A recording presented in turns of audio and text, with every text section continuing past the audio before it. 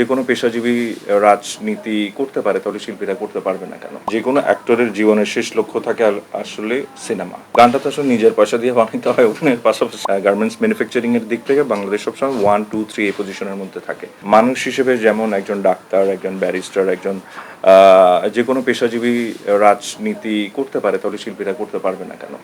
তার পার্সোনাল নিজস্ব মতামত থাকতে পারে, নিজস্ব আদর্শ থাকতে পারে। সেটাতে সেই স্বাধীনতাতে আমি বিশ্বাস করি। আমাদের দেশের একটা বৃহৎ জনগোষ্ঠী যারা গার্মেন্টের কাজের সাথে জড়িত, সেটা শ্রমিক থেকে শুরু করে উদ্যোক্তা এবং আরও যারা যারা জড়িত, তাদের প্রতি আমার একটা বিশেষ সম্মান এবং শ্রদ্ধার জায়গা আছে, কারণ তারা দেশের জন্য অনেক পরিশ্রম করে বিদেশ থেকে একটা বিশাল অঙ্কের রেমিটেন্স এনে দেয়, যেটাতে করে আমাদের দেশের অর্থনীতির চাকাটা অনেকাংশে সচল থাকে। গল্পের প্রস্তাব যখন আমি পাই আমার ডিরেক্টর রাহাত কবিরের কাছ থেকে, আর রাহাতের সাথে আমার অনেক দিন কাজ করাও হয় নাই, তো সেক্ষেত্রে আমি আর দ্বিতীয়বার ভাবিনি। আমি বলেছি আমি কাজটা করব।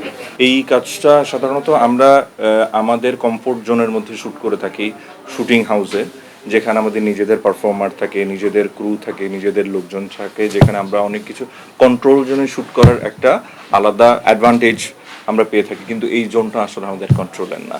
এই জোনটা হলো এটা শ্রমিকদের জোন, এবং ওনাদের কাজে ব্যাঘাত ঘটিয়ে আমরা শ্যুটটা করতে পারছি। সেটা সম্ভব হয়েছে আমাদের ডিরেক্টর খুব বুঝে শুনে সে দারুণভাবে ডিজাইনটা করেছেন বলে এতগুলো শ্রমিককে একসাথে নিয়ে কাজগুলো করা সম্ভব হয়েছে। সেক্ষেত্রে আমি ক্রেডিটটা অবশ্যই আমাদের ডিরেক্টর রাহাত কবিরকে দেবো।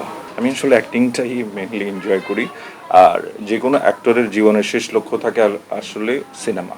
তো এখন আমাদের দেশে বা বিশ্বব্যাপী সিনেমার পাশাপাশি আরেকটা প্ল্যাটফর্ম খুব জনপ্রিয়, সেটা হলো ওটিটি।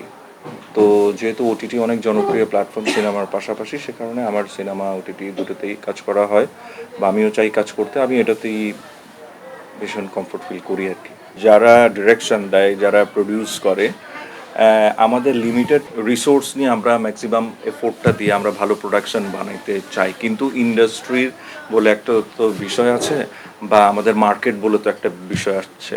আমাদের যে পরিমাণ জনসংখ্যা, আসলে আমাদের মার্কেটটাও ঠিক ততটা বড় নয়। যদি মার্কেটটা একটু বড় হতো, তাহলে ধরেন যেটা ইনভেস্ট করা হয় তার অনেক গুণ যখন ফিরে আসবে, একেবারে যদি আপনি ব্যবসায়িক হিসেব ধরেন, খুব স্বাভাবিকভাবে যারা ইনভেস্টর তারা অনেক বেশি অনুপ্রাণিত হবে, তারা আরও বেশি কাজ করতে চাইবে। তো এইটার শুধুমাত্র বেসরকারি উদ্যোক্তাদের পারফরমেন্সের উপর নির্ভর করে তা না, কারণ এটাতে স্ট্রাকচার জড়িত, এটাতে পলিসি জড়িত, এটাতে অনেক ইনভেস্টমেন্ট জড়িত, এটাতে অনেক ট্যাক্স এর বিষয় আসলে জড়িত। সেক্ষেত্রে সরকারের যদি সহযোগিতা পাওয়া যায়, আমাদের দেশে এখন নতুন বর্তমানে যেসব ডিরেক্টররা উঠে আসছে, যেসব প্রডিউসাররা উঠে আসছে, তাদের জন্য ইন্ডাস্ট্রিটাও বড় হবে। ফিল্মের কাজ বলেন, ফিল্ম ইন্ডাস্ট্রি বলেন, ফিল্মের সাথে জড়িত যেই সমস্ত মানুষজন আছে, তাদের জীবনের মান উন্নয়ন হবে। অভিনয়ের গানটা তো আসলে নিজের পয়সা দিয়ে বানাইতে হয়, অভিনয়ের পাশাপাশি আমি যতটুকু সময় পাই, টাকা পয়সা জোগাড় করে কাজটা করতে পারি, বা ওই সময়টা ওখানে দিতে পারি, টাকাটা খরচ করতে পারি, তখন ওইভাবে যদি করতে পারি তাহলে করবো আর কি, করা যায়। বাট এটা আমার নেশা, গানটাকে আমি ভালোবাসি, ওটাকে আমি প্রফেশনালি এখনো পর্যন্ত করি নাই, ভবিষ্যতে করবো কিনা জানি না। আসলে আমাদের গার্মেন্টসের যে উত্থান, তার পিছনে নারী কর্মীদের, নারী শ্রমিকদের একটা বিশাল বড় অবদান আছে। তাদের দক্ষতার উপরেই আসলে বাংলাদেশ পৃথিবীতে সবসময় গার্মেন্টস ব্যবসার দিক থেকে, গার্মেন্টস ম্যানুফ্যাকচারিংয়ের দিক থেকে বাংলাদেশ সবসময় 1, 2, 3 এই পজিশনের মধ্যে থাকে। সেই দক্ষতা, সেই উৎকর্ষতার জন্য এই নারী শ্রমিকদের অবদান অনেক। আমি তাদেরকে শ্রদ্ধা করি, সম্মান করি, এবং আমি চাই ওদের হাত ধরে বাংলাদেশ আরও বেশি উন্নতি দিকে এগিয়ে যাক। যারা চিন্তা করে যে আমি ভবিষ্যতে অ্যাক্টিংকে পেশা হিসেবে বেছে নেব, তাদের জন্য মঞ্চ লার্নিং প্রসেস। সে ঘরের খেয়ে বোনের মোস্তারাক, নো প্রবলেম।